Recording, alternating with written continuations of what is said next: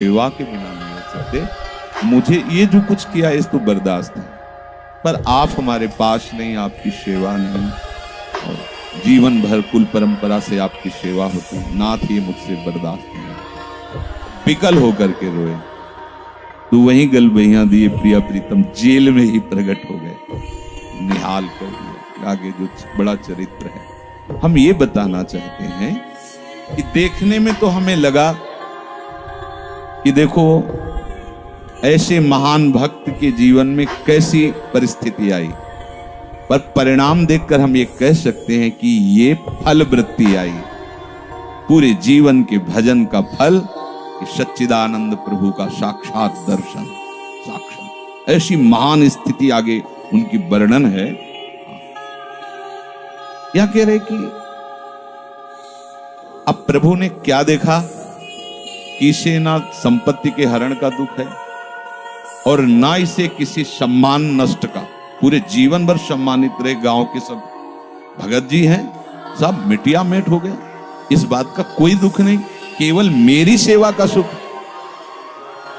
आगे चरित्र में आता है फिर उन्होंने जो लीला की कि बादशाह चरणों में झुका, पूरी समाज के सामने उन तीनों ने स्वीकार किया मैंने कपट किया, फिर जय जयकार। ये तो उनके 1 मिनट का काम होता है, ये उनका है। तिनके को ब्रह्मा बना देना, ब्रह्मा को तिनका बना देना, ये उनका तो खिलवाड़ होता है।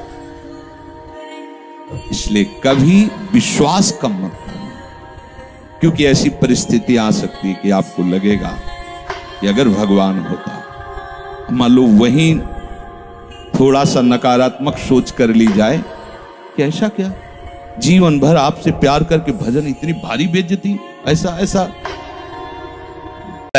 माया, या तो मैं में स्थित हो जाओ और या तू में स्थित हो जाओ। तू ही तू है, जिधर देखता हूं तेरा है, खत्म।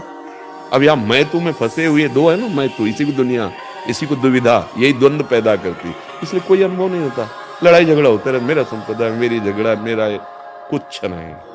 एक ही परम तत्व है, एक में ही पहुंचता है, जो ऊंचाई की पहुंच है।